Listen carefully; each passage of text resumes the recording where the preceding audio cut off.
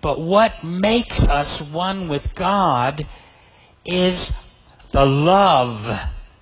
Because God is love, and we know God because God is love. When you love, you are born of God because God is love. It's not that love is here and God gives His love. God cannot give love.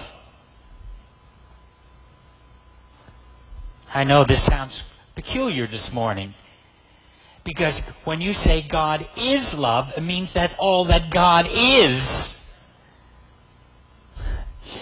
And when something simply is, it doesn't give, it is what it is. And it's the same thing with us. When we think of love, we always think of love as something I do.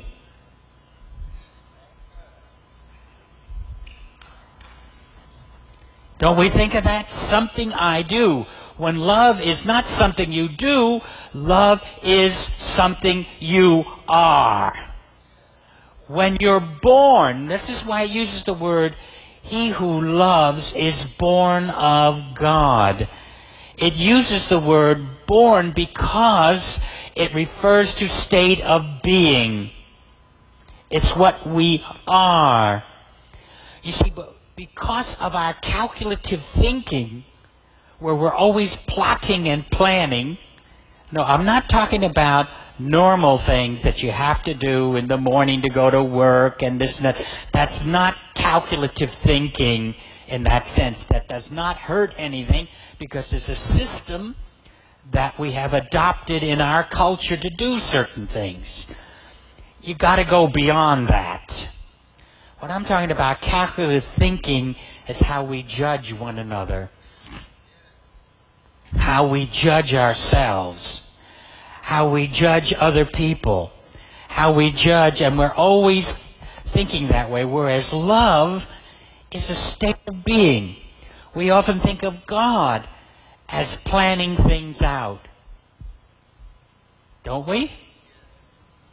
Well, God doesn't plot nor plan. God simply is. I know it's hard to grasp that, because we're so used to stringing thoughts together like you would put beads on a string. You know, this thought will go to this thought, will go to this thought, you know, a nice little ring of things. But when you understand what God is always this very moment. God is always this very life. God is always this very love. It is a state of being. And the trouble is, with our thinking, we move out of that state and we go into thinking. What we are then, we become reflections of that love that is God. You say, well, what does it mean? That I don't do? No, you will. But it comes from the state of being and not trying to do something to prove that you are love. If you have to prove it, then you do not love. You do not love if you have to prove it. Because love simply is. Love is loving. It doesn't know anything else. Love is wholeness. Love is perfection. Love is maturity. It is what it is. And you don't have to prove it. What it is, when we don't do it, is because we're thinking opposite of that. The opposite of love is not hate. The opposite of love is calculative thinking. You know, because love doesn't calculate.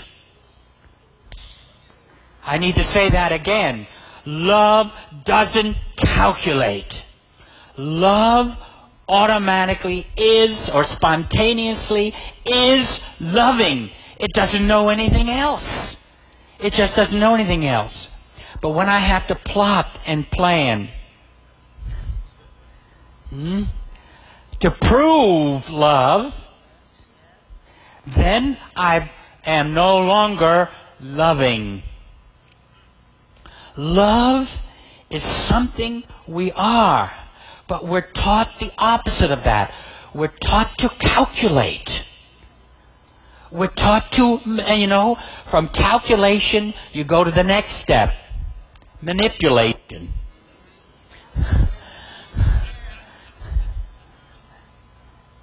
Now, I hope you understand me this morning. I'm not talking about things you have to do. Is that clear? Okay. So, when I refer to this calculative thinking, you can always tell when you are calculating because you begin to manipulate. That's the key to know when you moved out of position of love and you moved into calculative thinking because you are jockeying for position. You know what I'm talking about? Jockeying for... got to beat them out. Got to take care of those over there. You see, I'm jockeying for position. And then we wonder why we're tired at the end of the day. Because we have been manipulating and manipulating. Do you know, you go from calculating to manipulating to control.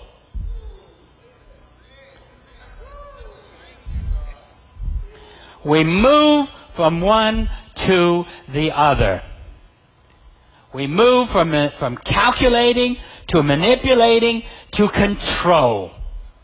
Now, that's the reason why I said that, because we're talking about God. God does not control us.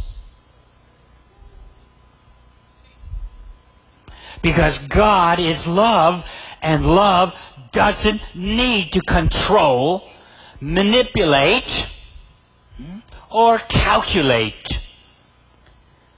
Love, then, is strictly that sense of being. Now remember, love is not sentimentality. See, when we use that word love, we think of sentimentality. Or we get that real gushy feeling. Oh, I'm in love. Ooh, ooh, ooh, ooh. Can't you see the wings? But notice the wings soon droop. Because we make a person, an individual, a thing. And then in order for my wings to flutter, it's got to behave a certain way. Right? That person's got to behave a certain way. Otherwise, my wings won't flutter. It'll go down. See, that's still calculative thinking. It is not love. It's calculative thinking that separates us from one another. Love does not know division. It doesn't know it. Love is wholeness. It is one. It doesn't become one. It is one. It is whole. It is wholeness in itself. But I'm telling you, love heals. Love heals. Love heals bad emotions. Love heals sickness. Love heals mental illness. Love heals all of that because God is love. And he that is born of God, what? Loves. Because God is love. And this is the answer.